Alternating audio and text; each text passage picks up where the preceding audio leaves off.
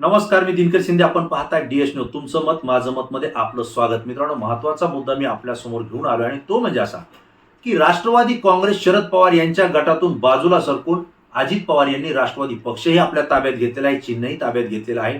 परंतु अशा वेळेला भारतीय जनता पार्टी सोबत जाऊन सत्तेतही अजितदादा बसलेले आहेत. विशेष म्हणजे ते उपमुख्यमंत्री आहेत आणि अनेक महत्वाची मंत्री पदं ही त्यांच्याकडे आणि राष्ट्रवादी पक्षाच्या त्यांच्या आमदारांकडे सुद्धा त्या ठिकाणी गेलेली आहेत.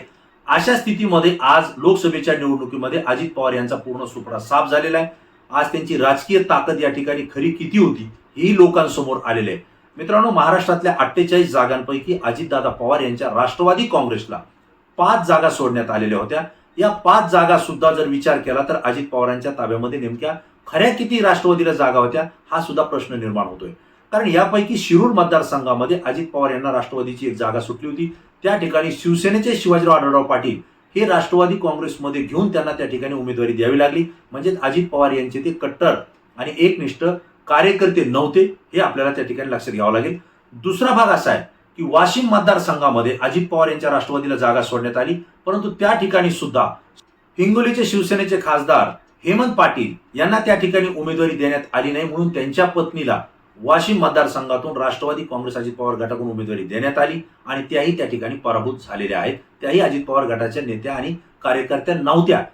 तिसरा जो उमेदवार होता तो म्हणजे महादेव जानकर, जे की परभणी मतदारसंघातून होते. ती राष्ट्रवादी काँग्रेस अजित पवार गटाला सुटलेली जागा पण ती रासपला देण्यात आली आणि महादेव जानकर त्या ठिकाणी उभा राहिले.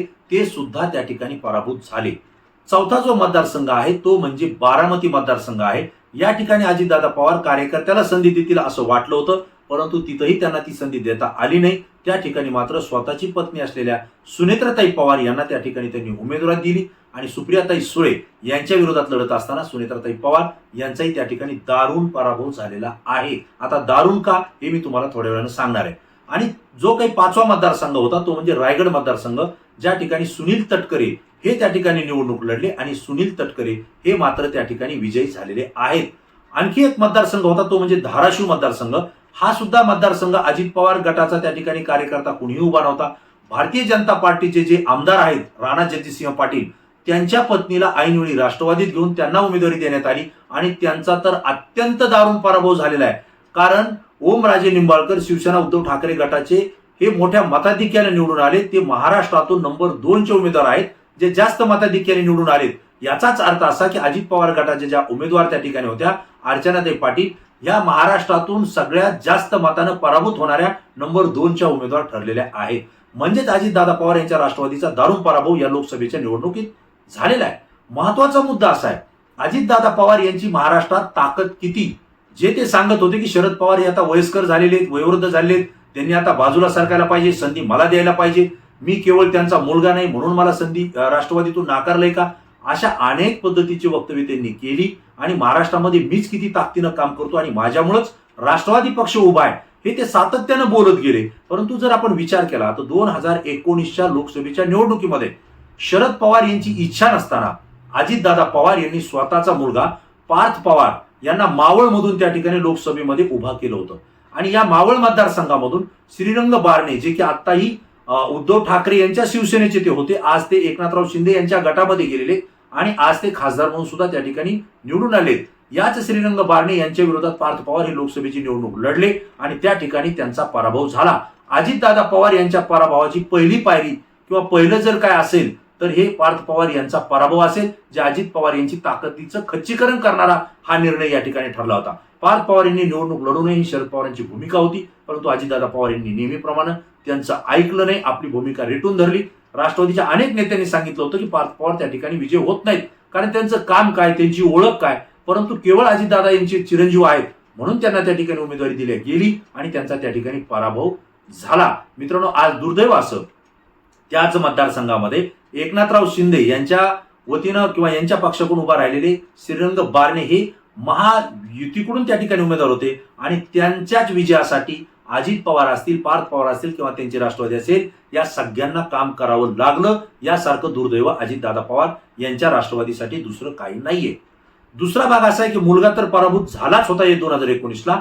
आता किमान अजितदादांनी सावध होणं गरजेचं होतं, कारण कुटुंबातला उमेदवार देताना ते आपल्या ताकदीला सुद्धा त्या ठिकाणी खीळ बसते हे एक वेळेस लक्षात आल्यानंतर सुद्धा अजितदादा सावध झाले नाही आणि बारामती मतदारसंघामधून सुप्रियाताई सुळे ज्या की सांसद रत्न आहेत, शरदचंद्र पवार यांच्या त्या मुलगी आहेत, परंतु त्या सातत्यानं खासदार म्हणून विजयी होत आहेत. बारामतीकरांनी त्यांना आपल्या डोक्यावर घेतलेले, मनामध्ये ठेवलेले, त्यांच्या विरोधात अजितदादा पवार यांनी आपल्या पत्नी सुनेत्रा पवार या ठिकाणी निवडणुकीला सामोरं केलं होतं. मित्रांनो, ह्याच्यामध्ये भारतीय जनता पार्टीची मोठी चाल होती, कारण बारामतीमध्ये जर पराभव झाला तर पवारांचाच होईल, आपलं त्याच्यामध्ये काही नुकसान होणार नाही, भारतीय जनता पार्टीला माहित होतं.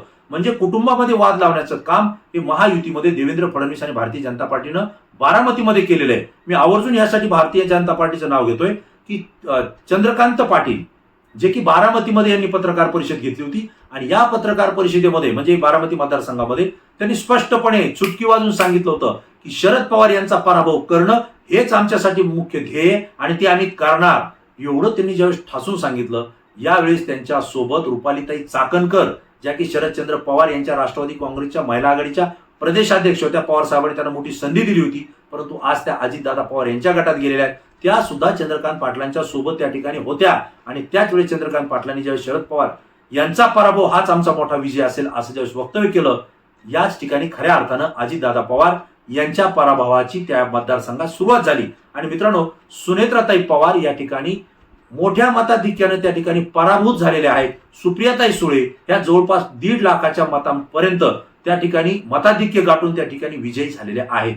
म्हणजे सांगण्याचा भाग असा आहे की अजितदादा पवार यांचा मुलगा पार्थ पवार त्या ठिकाणी पराभूत झालेला आहे, त्यांची बायको असलेल्या सुनेत्रा पवार या सुद्धा बारामतीमधून पराभूत झालेल्या आहेत. आता प्रश्न उठतोय की अजितदादा पवार तुमचं काय होईल, हा मतदार बोलतोय. कारण अजितदादा पवार हे बारामती विधानसभा मतदारसंघातूनच आमदार होत आहेत आणि आता त्यांच्या विरोधामध्ये त्या ठिकाणी काम करण्यासाठी त्यांचे पुतणे असलेले युगेंद्र पवार हे त्या ठिकाणी आलेले आहेत. युगेंद्र पवार हे अजितदादा पवारांचे पुतणे आहेत. जसं अजितदादा पवार हे शरद पवारांचे पुतणे आहेत तसं युगेंद्र पवार हे अजितदादांचे पुतणे आहेत.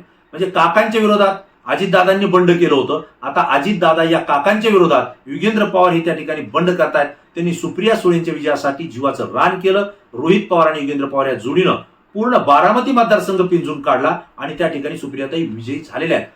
युगेंद्र पवार जे आहेत हे शरद पवार यांच्यासारखे दिसतात, त्यांच्या पद्धतीनं वागतात, त्या पद्धतीनं ते बोलतात आणि सगळ्या समाजाला धरून ते चालतात आणि म्हणून त्यांच्यामध्येच आम्हाला बारामतीचा शरद पवारांचा वारसदार हा विधानसभेमध्ये पाठवायचा आहे, ही मानसिकता, ही भावना त्या मतदारसंघातले मतदार बोलतायत. आणि त्यामुळं अजित पवार यांची जी विधानसभेची लढत होणार आहे ती त्यांचे पुतणे असलेल्या युगेंद्र पवार यांच्या सोबतच होणार आहे आणि या ठिकाणी सुद्धा अजित पवार यांचा पराभव होऊ शकतो, हे आजच लोकसभेच्या निकालानंतर त्या ठिकाणचे मतदार बोलतायत आणि त्या पद्धतीने शरद पवार यांच्याकडून सुद्धा रणनीती आखल्या जाते हे आपल्या लक्षात येत आहे. आणि म्हणून जो काही चर्चेचा भाग आहे तो म्हणजे असा की पार्थ पवार हा मुलगाही पराभूत झालेला आहे, पत्नी असलेल्या सुनेत्रा पवार याही लोकसभेला पराभूत झालेल्या आहेत.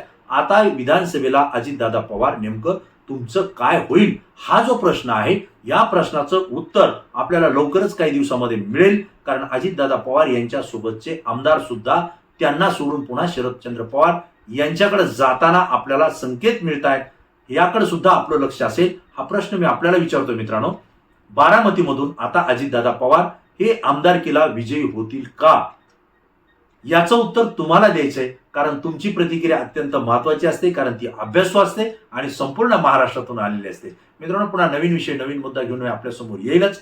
पण एक विनंती आहे की DS न्यूज चॅनलला जर आपण सबस्क्राईब केलं नसेल तर तात्काळ सबस्क्राईब करा आणि आपल्या जास्तीत जास्त मित्रांना हे चॅनल शेअर करून सत्य आणि रोखठोक माहिती आपल्या मित्रांपर्यंत सुद्धा पोहोचवण्यासाठी आम्हाला सहकार्य करा. पुन्हा भेटू, तोपर्यंत धन्यवाद.